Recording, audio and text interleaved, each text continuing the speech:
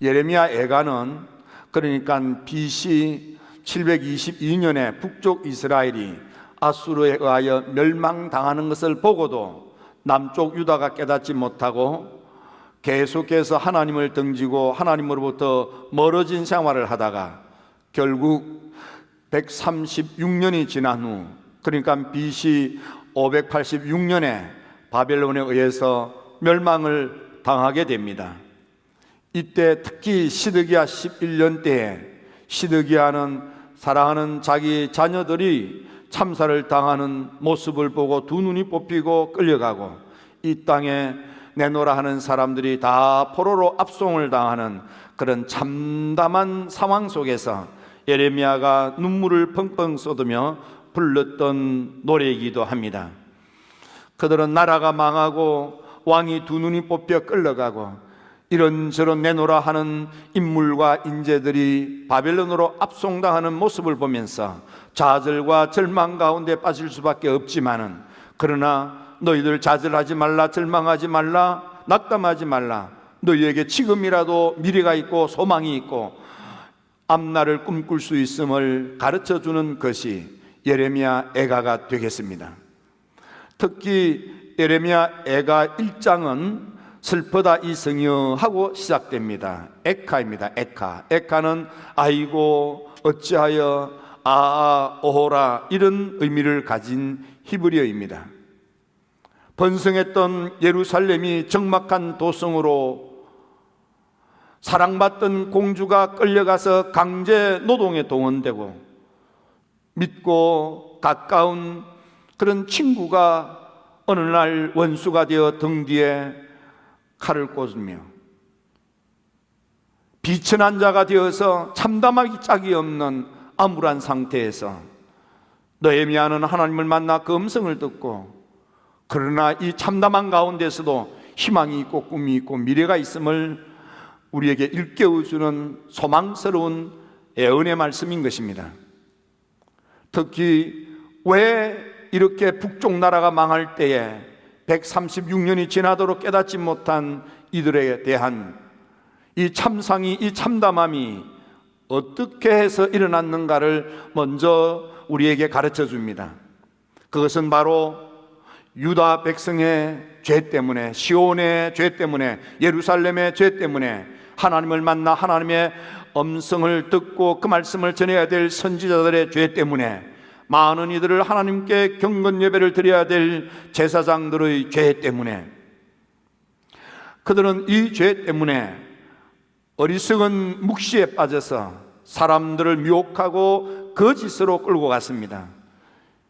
이 시대에 살아가던 이스라엘 백성들은 하나같이 생수의 근원이 되시는 하나님을 등졌고 터진 웅둥이를 판 헛된 생활에 빠져 있다. 결국 나라가 망하고 만 것입니다. 특히 애가 3장 39절에 보면 내 죄 때문에, 내 많은 죄 때문에, 내 큰 죄 때문에 하나님의 놀라운 이런 진노의 심판이 주어져 멸망당하게 되었음을 울면서 노래합니다. 하나님의 말씀에 계시의 음성을 거역하고 소돔보다도 더 큰 죄악으로 결국 스스로 하나님의 진노를 불러들였다고 했습니다. 주어진 하나님의 놀라운 축복의 기회를 잃어버린 것이지요. 그래서 이 시대의 사람들은 애간장이 녹아내리는 것입니다. 마음이 찢어지는 것입니다. 영적으로 단절되고 영적 교통이 막힌 것입니다. 눈에는 눈물로 눈이 다 상하고 창자는 끊어지고 간이 땅에 떨어지며 애간장이 녹아내립니다. 기도하여도 기도가 막힙니다. 그들의 삶은 함정과 파멸에 이르고 쓰레기 같은 인생, 그름더미에 주저앉은 인생, 배가 고파서 자식까지도 잡아먹어야 되는 참상이 일어납니다.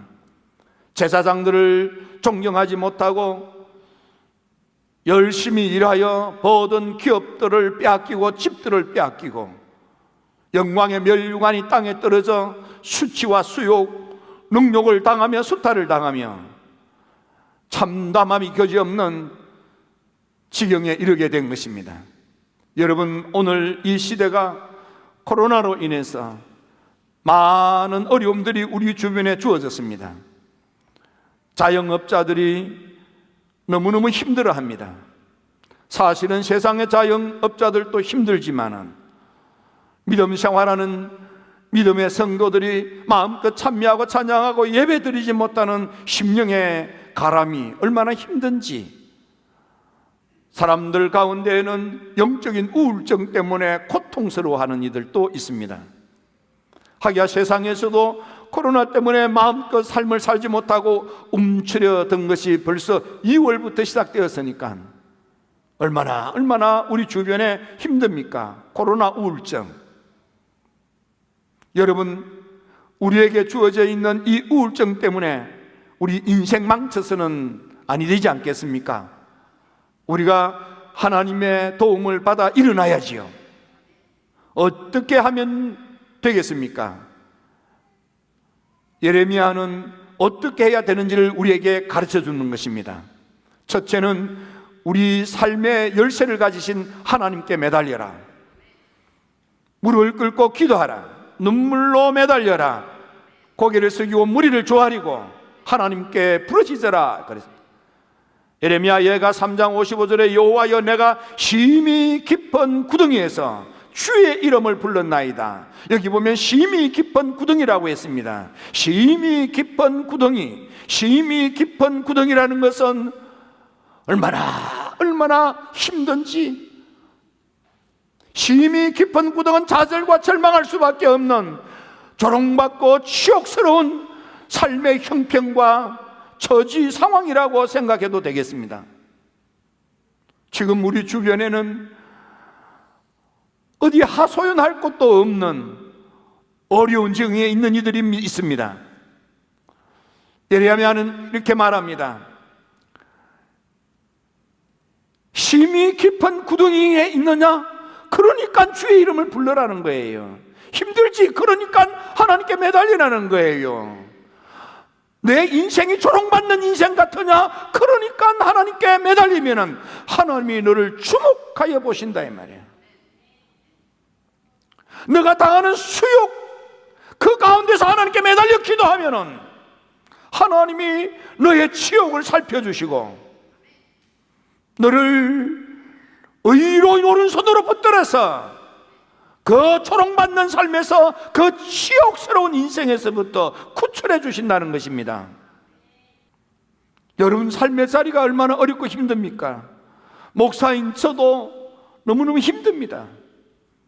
성도 여러분들은 하나님을 마음껏 찬미하고 찬양하지 못하고 예배하지 못하는 답답함이 얼마나 힘듭니까?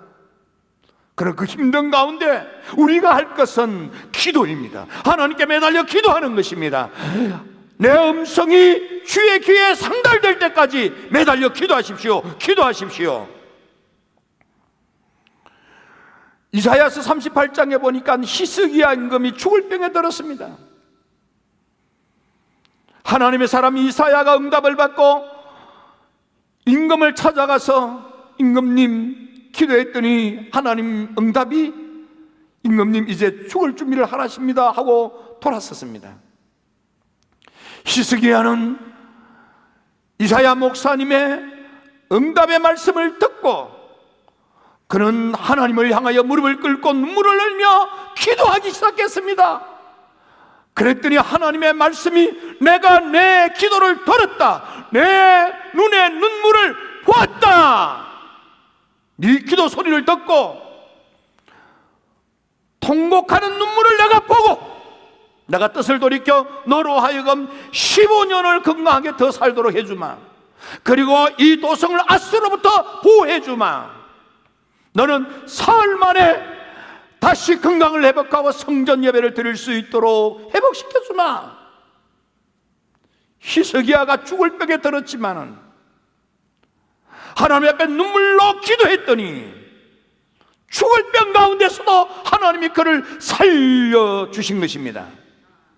같은 이야기가 열왕기야 20장에도 나오는 것입니다. 하나님 말씀하시기를 내가 히스기야 너의 기도를 들었고 내 뒷밤에 흐르는 눈의 눈물을 보았다. 너를 낫게 하리라. 사흘 만에 성전 예배를 드리도록 너를 회복시켜주마.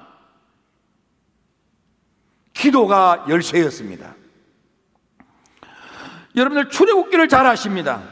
이스라엘 백성들이 애굽에서 400년 동안 노예살이 종살이를 하는 것입니다. 그들은 애굽에서 노예살이 종살이 고된 인생 강제 노동에 동원당하면서 너무너무 힘들었습니다.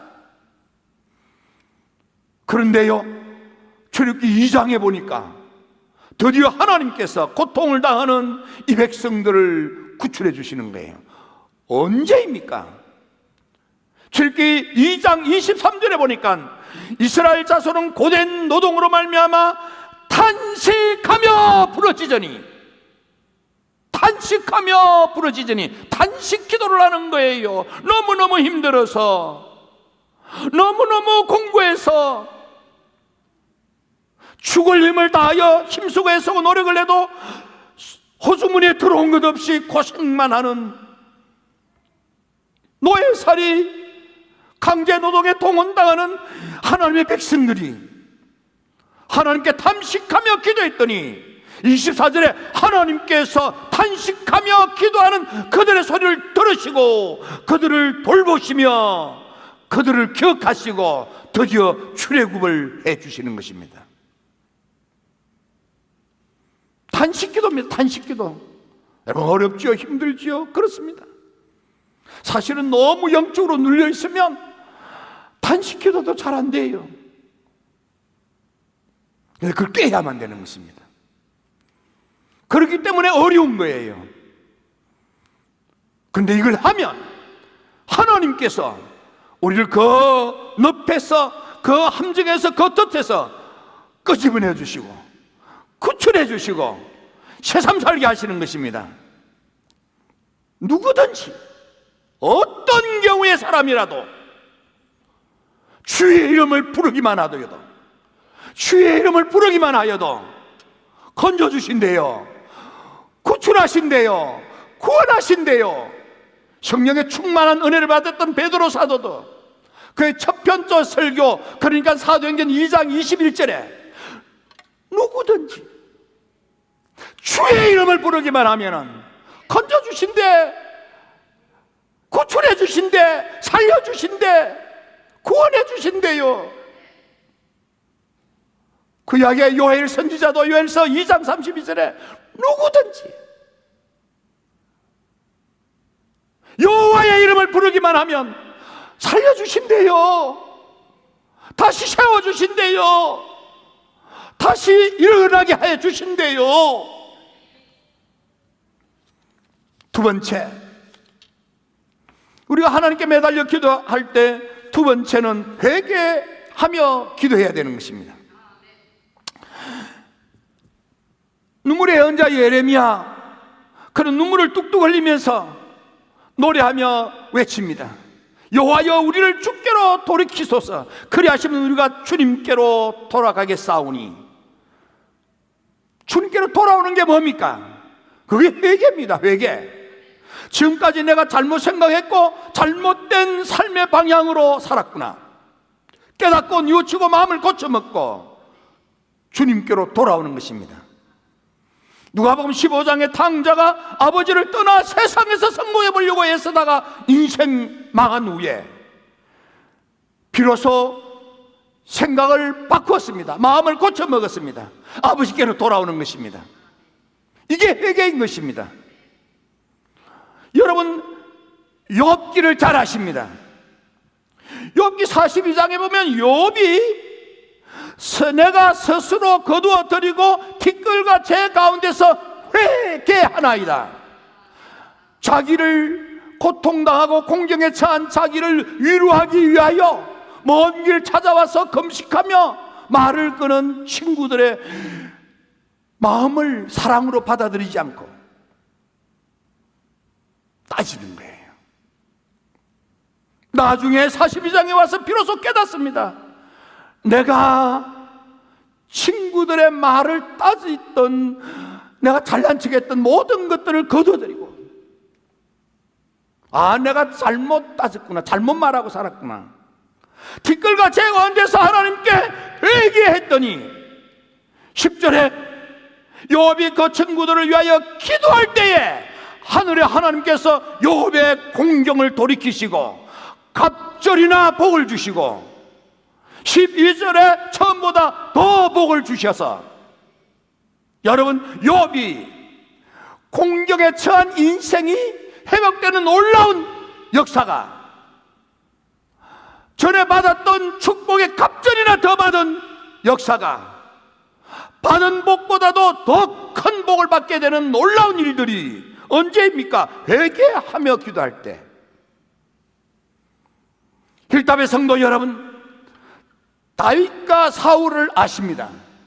차이가 뭡니까? 다윗은 회개할 줄 알았고 사울은 회개할 줄 몰랐습니다. 회개 기도입니다. 사도행전 2장 38절을 여러분들이 잘 아십니다. 베드로가 처음 은혜를 받고 말씀을 전할 때 들었던 이들이 어찌해야 합니까? 너희가 회개하여 세례받고 죄사함을 받으라. 그럼 성령 충만함을 받게 될 거다. 회개가 시작인 것입니다. 회개가 시작입니다. 회개가 시작입니다. 마가복음 1장 15절에 주님께서 말씀하십니다. 천국이 가까웠으니 회개하고 회개하고 회개하고 복음을 믿으라. 사도행전 3장 19절에 보면 너희가 회개하고 돌이켜 죄 없이 함을 받으라. 그러면, 이렇게 하면 새롭게 되는 날이 주님 앞으로부터 너희에게 이를 것이다. 개역 성경에 보면 육획해 되는 날, 즐거운 인생, 신나는 인생, 복된 인생, 행복한 미래가 도래된다 그 말이에요. 지금 너가 사는 삶의 자리가 공경에 처하여 어렵고 힘들고 속상하고 너무너무 참담하지. 얼마나 힘드냐. 너희가 회개하면, 그리고 죄사함을 받으면 주님께서 내 인생 새날이 되게, 새로운 인생이 되게, 유쾌한 인생이 되게, 웃을 수 있는 인생이 되게 하나님께서 우리 인생의 남은 날을 새롭게 해주신대요. 이런 놀라운 축복을 여러분들이 다 받아 천국의 삶을 사는 여러분들이 되기를 축원합니다. 첫 번째로, 삶이 어려울 때에 하나님을 찾는 것입니다. 그것이 기도입니다.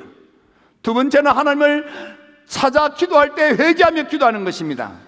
세 번째는 믿음으로 기도하는 것입니다. 하나님을 전적으로 신뢰하고 의지하는 믿음으로 주님을 바라보면서 주님의 은혜의 역사를 기다려라 이 말이에요. 애가 3장 24절에 보면 여호와는 나의 기업이시니 그러므로 내가 그를 바라리라 하도다. 내 인생의 본분은 주께 달렸어요. 주님의 은혜를 바라보며 믿음입니다. 기다리며 신앙인 것입니다. 그리하면 하늘의 하나님께서 사람이 여호와의 구원을 바라고 잠잠히 기다림이 좋도다. 사람들은 누구이든지 여호와의 구원을 바라며 믿음의 소망인 것입니다. 잠잠히 기다리면 신앙을 가지고 하나님의 은혜의 역사를 기대하는 것입니다. 좋도다. 그 좋은 인생이 주어진다 이 말이에요. 하나님을 의지하십시오. 하나님을 전적으로 신뢰하십시오. 믿음의 조상 아브라함, 그는 죽은 자를 살리시는 하나님을 믿었습니다. 없는 것도 있게 하시는 하나님을 믿었습니다. 자기 몸이 백세나 되어 자기 몸이 죽은 것 같음을 알고 사라의 태도 죽은 것 같음을 알고도 믿음이 약해지지 않았습니다. 믿음이 없어지지 않았습니다. 믿음이 흔들리지 않았습니다. 의심하지 않았습니다. 오히려 믿음에 더 견고하여서 약속하신 것을 능히 이루실 줄을 믿는 믿음. 상황과 조건과 형편은 불가능입니다. 하나님 약속의 말씀은 능히 하나님이 하신다 이 말이에요. 상황과 조건과 형편은 불가능해도 하나님이 말씀하시면 상황과 조건과 형편에 제약받지 아니하고 제한되지 아니하고 초월하여 하나님의 능력으로 역사를 일으키신다 이 말이에요.